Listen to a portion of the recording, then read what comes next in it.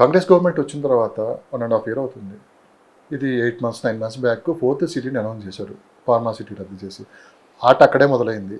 Market అక్కడి నుంచి ఎలా డౌన్ అవుతూ వచ్చిందో మనం చూసాము.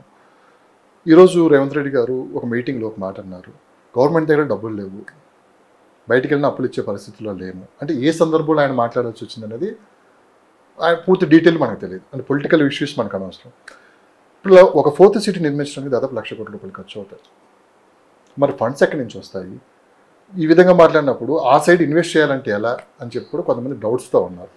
నేను అడిగే స్ట్రైట్ ప్రశ్న ఏంటంటే, ఒకప్పుడు చంద్రబాబు నాయుడు గారు విజన్ 2020 అని చెప్పి దూరదృష్టితో చాలా వరకు ఆలోచించాడు. అందరూ ఎగతాళి చేశారు. కానీ విజన్ 2020 అయిపోయిన తర్వాత మనం అదే ప్లేస్లో మనం బతుకుతున్నాం. అదే 4th సిటీ అనేది పాత గవర్నమెంట్ 16,000 ఎకరాలు తీసుకుంటే, కొత్త గవర్నమెంట్ వచ్చి మళ్ళీ 19,000 ఎకరాలు తీసుకుంటే, అసలు గవర్నమెంట్తో పని లేకుండా ఇంత ల్యాండ్ మనకు ఉంది కాబట్టి ఖచ్చితంగా ఆ ప్లేస్ ప్రభుత్వంతో సంబంధం లేకుండా అక్కడ ఇన్వెస్ట్మెంట్ చేస్తే విజన్ 2020 లాగానే విజన్ 2040 కల్లా ఈ ప్లేస్ ఇన్ని రెట్లు పెరిగే అవకాశం ఉందని చెప్పి నేను ఒక అంచనాకైతే నా పర్సనల్గా రాగలిగాను. దాన్ని మీరేమంటారు?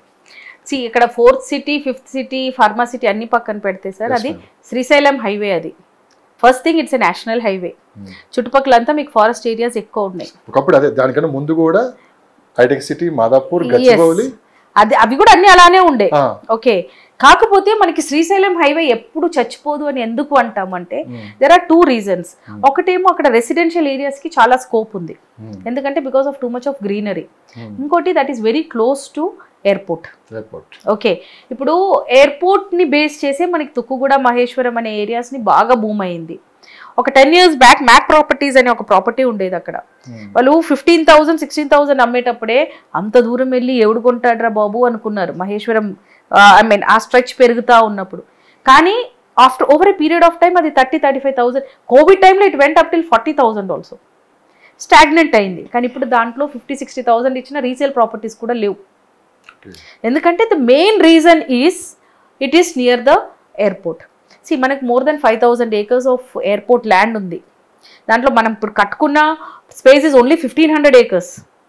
ఇప్పుడు ఎక్స్పాన్షన్ నడుస్తూ ఉంది. ఆ 1,500 acresకే మనకి ఇంత, అంటే ఆ చుట్టుపక్కల ఏరియాస్లో ఇంత బాగా డెవలప్ అయ్యింది. సో జస్ట్ ఇమాజిన్, ఈ 5,000 acresని డెవలప్ చేస్తే ఎలా ఉంటుందండి future? Where housing itself will be in full demand. ఎందుకంటే ఒక ఎయిర్పోర్ట్ ఉంది అంటే వేర్ హౌసింగ్కి చుట్టుపక్కల చాలా స్కోప్ ఉంటుంది. ఏమీ లేకపోయినా వేర్ హౌసింగ్కి చాలా స్కోప్ ఉంటుంది. ఈ ఎంప్లాయీస్ని బేస్ చేసుకుని రెసిడెన్షియల్ ఏరియాస్కి చాలా స్కోప్ ఉంటుంది. ఇప్పుడు తుక్కుగూడ వెళ్తే మీకు మ్యాక్సిమం విల్లాసే ఉంటుంది. ఇప్పుడు తుక్కుగూడలో కూడా 7 crores 8 crores విల్లాస్ అయినాయి. ఒకప్పుడు 2 కోట్లు 3 కోట్లు ఉండే. సో డెఫినెట్లీ ఈ ఎక్స్పాన్షన్ ఏదైతే ఉందో, మనం ఎయిర్పోర్ట్ని బేస్ చేసుకొని చూసుకుంటే Srisailam highway is a beautiful highway. మీకు అదేమంటారు, కడతాల్ వరకు అసలు చావ్ అనేది లేదండి ఈ రోడ్కి. Okay, beyond that it might take a little bit of time. కానీ ఈ 4th సిటీ, ఇప్పుడు మళ్ళీ అనౌన్స్ చేశారు ఈ సిటీ 1,000 acres, ఇవన్నీ వచ్చినా రాకపోయినా ఆ పర్టికులర్ ఏరియాలో మీకు ఒక విజన్ ఉంది, అది రేపు పెరుగుతుంది, ఎయిర్పోర్ట్ ఈస్ ద బేస్ అనుకుంటే కళ్ళు మూసుకొని డబ్బులు పెట్టొచ్చు. సరిగ్గా చంద్రబాబు నాయుడు గారు విజన్ 2020 ఏ విధంగా ఆలోచించారు, మనం కూడా ఒక స్మార్ట్ ఇన్వెస్ట్మెంట్ అంటే ఆ ఏరియాకి ఫ్యూచర్ ఇలా ఉంటుందని, రాబోయే 2040లో ఇలా ఉండబోతుందని ఊహించుకొని ఇన్వెస్ట్ చేయొచ్చు అంటారా? సార్, ఇప్పుడున్న జనరేషన్కి ప్రాబ్లం ఏంటంటే దే ఆర్ మోర్ టెకీ. ప్రతిదీ గూగుల్ గూగుల్ గూగుల్ అంటారు.